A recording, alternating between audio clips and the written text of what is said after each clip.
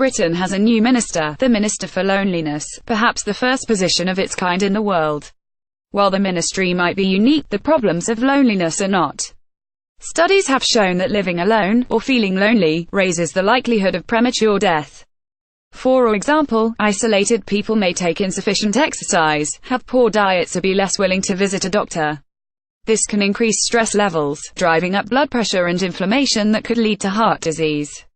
Those who lived alone, the study found, were more likely to die from heart attacks, strokes, or other heart complications over a 4-year period than people living with family or friends, or in some other communal arrangement.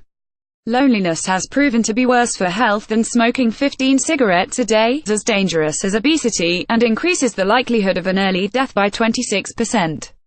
It's only a matter of time before loneliness turns into depression. And that's where it gets dangerous. Loneliness can kill. It strikes people regardless of age, gender, or situation in life. Young or old, loneliness doesn't discriminate. So, British Prime Minister Theresa May has appointed Tracy Crouch to take on the role of the Minister for Loneliness in a drive to tackle social isolation, a sad reality of modern life, the Prime Minister said. Loneliness and isolation are described as hidden epidemics affecting people across all ages at various moments in their life, such as retirement, bereavement or separation. The issue is thought to affect around 9 million people in the UK.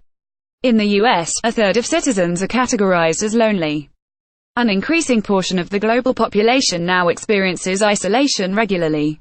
Heavy users of social media have higher levels of perceived social isolation. Most doctors in Britain see between 1 and 5 patients a day who have come mainly because they are lonely. Hundreds of thousands of older people can go without having a conversation with a friend or relative for months on end, with no social interaction at all. People of the Arab and Muslim world in the main do not suffer from loneliness. Thanks to extended families consisting of parents, grandparents, aunts, uncles, and cousins, all living nearby or in the same household, there are usually more than enough people surrounding each other to provide comfort and companionship. However, sociologists have long been warning about the dangers of increased isolation thanks to aging populations, scattered families, and cultures that promote the individual over the collective. Such epidemics are linked to prominent features of affluent culture, longer life expectancy, decreasing marriage rates, people having fewer children, more people getting divorced, and more people living alone.